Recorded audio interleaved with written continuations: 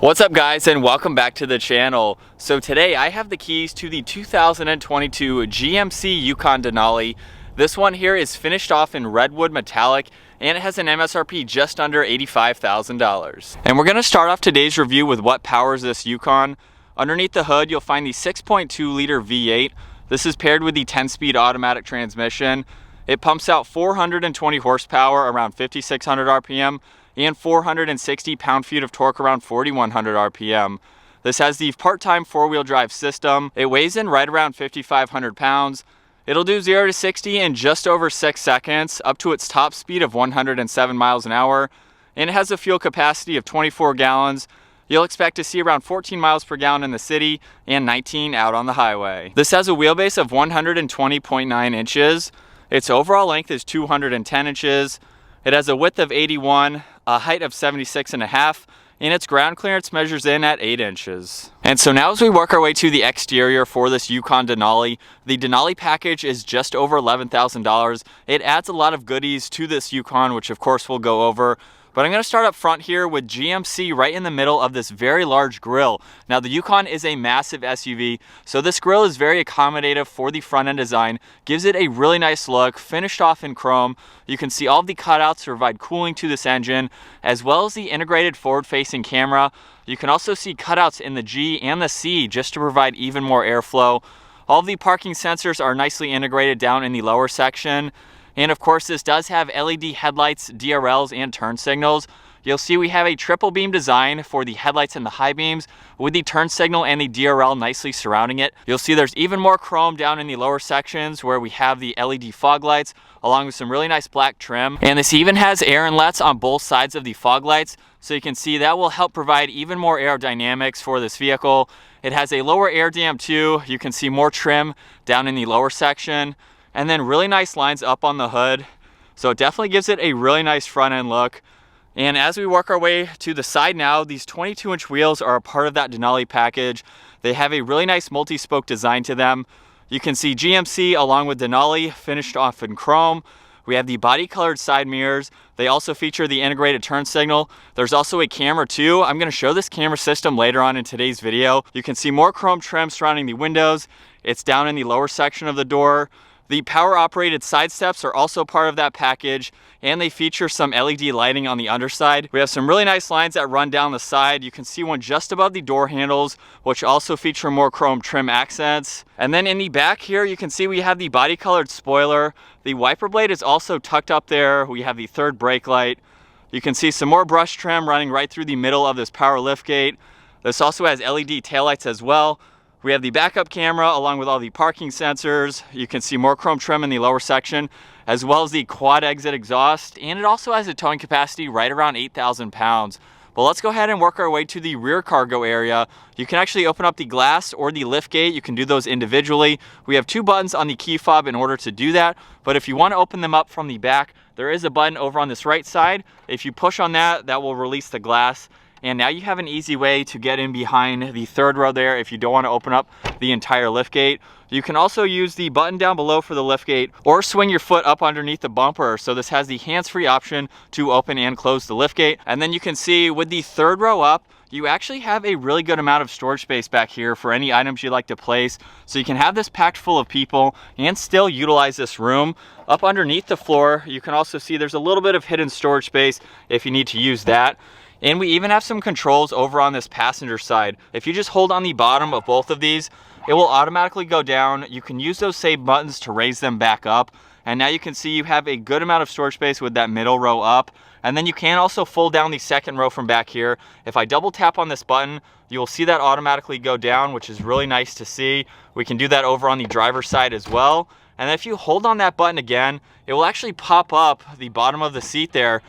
So that way, if you need to be able to enter and exit from the side, if you just need a little bit more space, you can quickly do that on both sides. And then of course, with the second row down, now you have all of this storage space for anything you'd like to place in the back. There is one grab handle up top, and then being the power liftgate over on the left side, you can easily close that. There's a few different settings too where you can have that open up 3/4 of the way, all the way up, or you can shut it off if you'd like to. And what I love about the rear door handles is you can lock and unlock the vehicle from back here. So if you're putting your kids in the back or any other items, it makes it really convenient.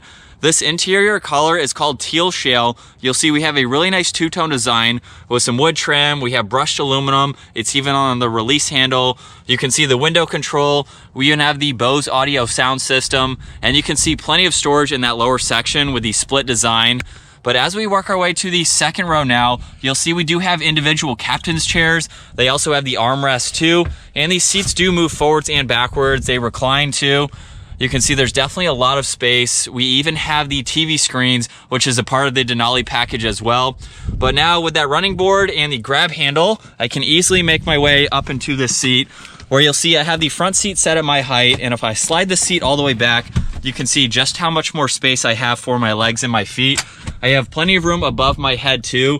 And then if I go ahead and recline these seats, now we have a really comfortable seating position. You have that giant screen right in front of you. You can easily lay out and relax in this middle row. These are even heated seats too, so we have those controls. Along with the third zone, we have the fan speed and temperature, where you'd like the air to go. Even some auxiliaries here, along with a 3-prong outlet down below. You'll see there's 2 cup holders just above that, and there's even some storage pockets behind both front seats if you need to use them. But let's go ahead and work our way into the third row now. As you saw earlier, you can fold up this second seat so you can easily get in from the doors if you need to, or you can walk right through the middle and gain access to the back area here. So you'll see over on this passenger side now, I have this seat moved forwards. You can see I left that seat where you do still have a little bit of space, but obviously if you have a third person, you can slide that seat forwards and backwards. But at 5'10", I have plenty of room here. You'll see I have a cup holder. We have a USB-C over there. And then as far as headroom goes, honestly, I would be very comfortable going around town, maybe even on a long trip. You can see I have around 3 or 4 inches above my head, and it's pretty spacious. So maybe 2 other people next to me, definitely another person over here. And then to get out of the third row, you can either walk right through the middle as I already did, but we also have another hidden button over on this side. If I push on that, it will automatically fold that seat down, where you could have a leg rest if you wanted to do that. And if I push on it one more time, it will automatically fold all the way up, and then you can easily get in and out. And then before we make our way to the front seats now, this does have remote start. So if I lock the vehicle and then double tap this button on the key fob, it will automatically start up, which is a really nice feature, especially in colder weather like it is today. You can have this warmed up and ready to go. And then once you approach the vehicle, you can just push on this button just like you saw on the rear door handle and go ahead and unlock it. And you'll see the door panels finished off just like the rear, where we have that split design for the shelf there. You can see all the window controls along with the side mirror adjustments and the memory seating adjustments too. And we'll move on to these seats now. I didn't really show them in the back, but of course they're the same design. We have really nice piping surrounding them. Denali is spelled out right in the middle. Really nice design running down the insert. These seats are heated and ventilated. You can see all the adjustments down on the side as well. And now it's time to hop up into the front seat here. It's actually really easy to enter and exit, of course, since we have that deployable step. And you'll see the gauge cluster here has a really cool graphic. This is about 12 inches for the center gauge cluster, and we have just over 10 inches for that center screen there. But let's go ahead and fire this up. So with my foot on the brake, we have that button over on the right side, and we can bring this to life. And you'll see on this digital gauge cluster, over on the left side is the miles per hour. You can see the time and the outside temperature. On the right side is the tach. Right now you can currently see the fuel economy. We also have what gear you're in. You can see the air ride suspension, and front and center, you have a lot more info you can go through using these buttons over on the right side, where you'll also notice we have Bluetooth and voice commands. And currently you can see the trip information. I can also scroll down. You can see your TPMS along with your fuel economy. You can pull up your driver assistance, look at some vitals that you want to monitor. So it's nice to quickly pull those up. You can also see your miles per hour front and center, and then a drive summary. If I scroll over, you can go into music. You can also look at the compass, pull up your phone when you have that paired, and you have some different settings that you can go into. You can also configure what you'd like to see on the left side or the right side. You can also adjust the lower section there, where you can see the engine temperature, your fuel gauge, along with some other temperatures. It's really nice to go through all of this. You have your speed warning, your heads-up display. I'm going to go into the display layout now, because you also have a few different ways you can do this. If I go into classic right now, you're going to see this entire digital gauge cluster change. So it was in progressive. You can also go into digital. So it's really nice, just depending on how you want to drive this and what you like to see, you can set it up that way. Clean is going to be a little bit more laid back here, where basically you just see your miles per hour. Over on this left side, you can see all the cruise and adaptive cruise control settings, along with the distance pacing. We have the heated steering wheel too, which also has a really nice design. I'm really loving the interior color here for all of these materials. Matches nicely with the exterior. And we do also have the controls on the backside for your volume, which is on this side. Tuning is over on the other side of the steering wheel. And then as we work our way to this side of the steering wheel, you'll see we have the trailer braking system, along with all the headlight and fog light adjustments. There's a dimmer switch for the gauges. This knob down here will control the different driving modes, along with being able to control the air suspension. So if I push on the bottom of it, you'll see this pop up where we have the entry and exit height. You can also go into sport mode, you have off-road, and the trailer. So it will automatically change the suspension depending on that drive mode. You can see we have the 2-wheel drive, 4-wheel drive settings, along with the electronic parking brake.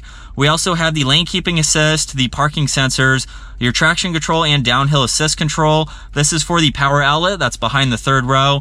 We even have a shortcut to the camera system, which I'll show here later. And then all the heads-up displays. I'm hoping that the camera can pick this up because this heads-up display is very large. You can see the miles per hour along with the speed limit sign. And then over on the left side, you can actually toggle between the compass. You can look at your pitch and roll along with the degrees for the steering wheel. You can have it simple just with the miles per hour and the speed limit sign. And then you can also look at the adaptive cruise. You can also move this up and down. It's a very, very large system, probably one of the biggest heads-up display screens I've seen. You'll also notice too, we have one air vent along with some really nice trim. You'll see that trim extends just underneath the dash here, leading to 2 more air vents right in the middle. And then we have this middle screen here, which is just over 10 inches. This has a lot of information to go through, and we even have the Google system basically. This is a Google tablet if you want to call it that. I currently have my phone paired with the Apple CarPlay, so I'll be able to show that here. But on the home screen here, we have a lot of icons you can go through. You can see the Wi-Fi icon. We have Google News and podcasts. You can go into different settings here, just depending on what you like to set up. If I click on the lower left, that is the home icon. You can go into the climates here, of course, and control all of this from the front and the rear, just depending on where you need to adjust that. I'll go over that here in just a little bit. We have the trailering system. I'm not going to be able to show that since I don't have a trailer hooked up, but it's really nice to see that. You have the rear media, the Apple CarPlay. You have Google Maps. So if you're familiar with using Google Maps, very easy system to use. So you can easily go through all of that info. We have the cameras, your phone. Over on this left side here, these are basically all shortcuts. You can see the icon for music is 2 backwards music symbols. That's kind of neat to see. So you can pull that up, go through all that information. You can go back to the Google Maps. This right here is where my phone is now paired. So I have texting, my Spotify, and the Google Maps there. I can go through all of this just like I'm on my phone. It's been very helpful driving this around to see that. But if I now go back to the camera system here, just by clicking on home, we can pull up the 3D camera system where you have a lot of different angles. Currently, you can see the top-down view along with the forward-facing camera, and we have a lot of different angles. You can pull up the back-facing camera. Now we have a top-down view. You can also pull up the camera angles from the side view mirrors. We do have a trailering one, so you can look straight down. You can even pull this up in full screen too for all these different angles that I just showed. So just depending on where you need to see, you have a lot of visibility and guidelines, which is really helpful. Over on this left side now, we'll go through how you put this vehicle from park to drive. You can see these cutouts here for reverse and drive. Just by pulling this up, that will put the vehicle into drive. You can push for neutral, pull for reverse, and then push for park. This also has a low range here where you can also use this to control your gear. So if you are towing, you can utilize that, which is great. You'll see just below that, we have power and volume for the radio. You can also use this button over here for tuning, or you can use it to go through that information up top. We have another home button along with back button and track for the radio.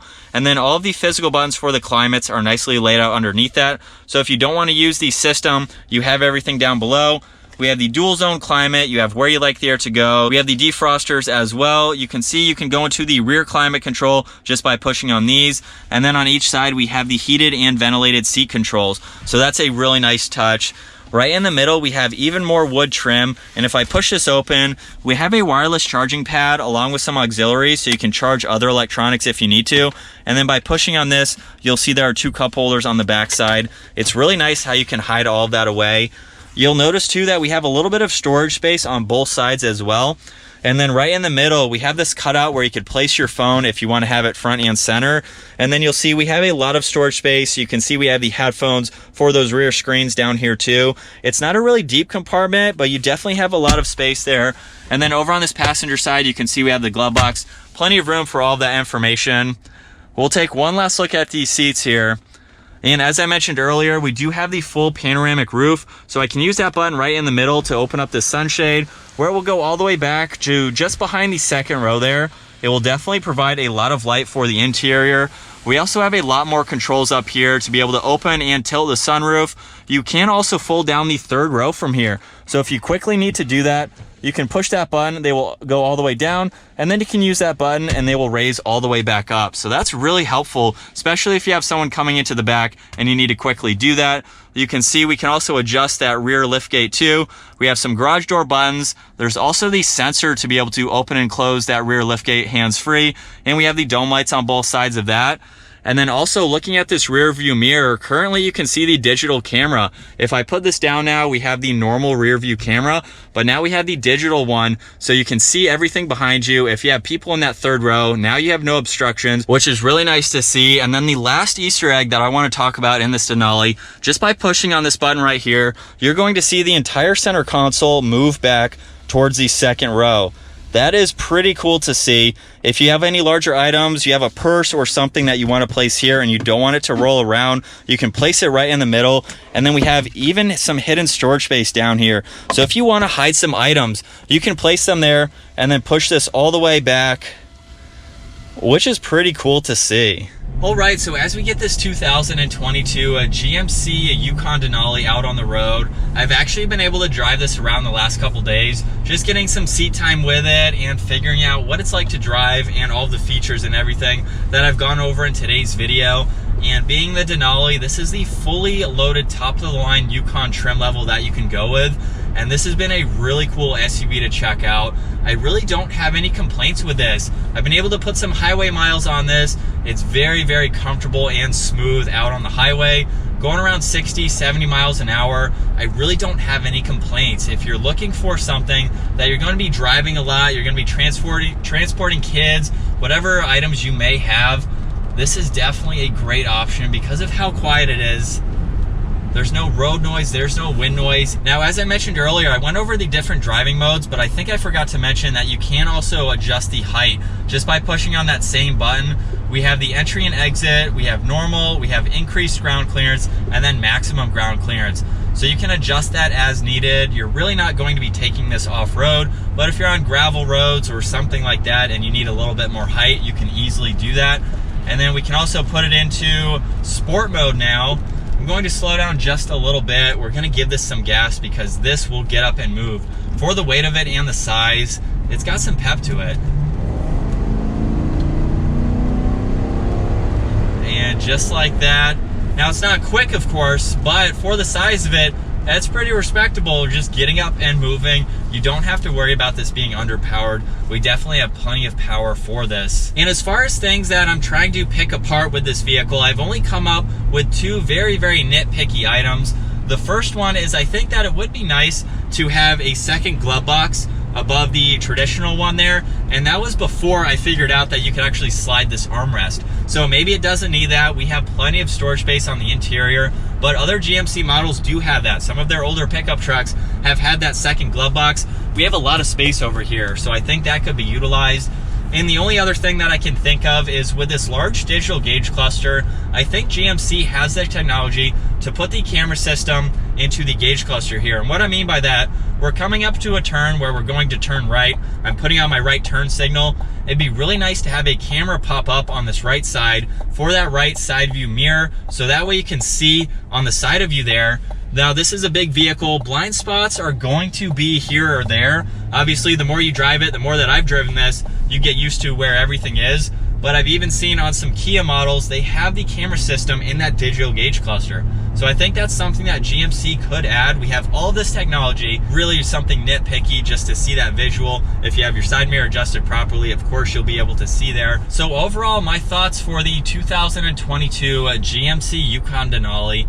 This is definitely a great vehicle. If you're looking for something that has all this space, you need something to tow maybe, this is a great option. Now, gas mileage I want to touch on real quick. I've been averaging around 17 miles per gallon. That's about almost a little more than half a tank of gas that I've put through here. So you're not going to be buying this to expect a high MPG number. Of course, we have that big V8 engine, but just to throw that number out, we've been right around 17. That is with city and highway combined. Now, it has gone up the more highway miles I've put on it. So of course that will change just depending on how you're driving. But I think that's gonna wrap it up for my walk around review and test drive, getting behind the wheel of this 2022 GMC Yukon Denali. If you enjoyed today's video, give it a huge thumbs up. Consider smashing that subscribe button if you'd like to stay up to date with our daily uploads. I'll see you guys in the next video.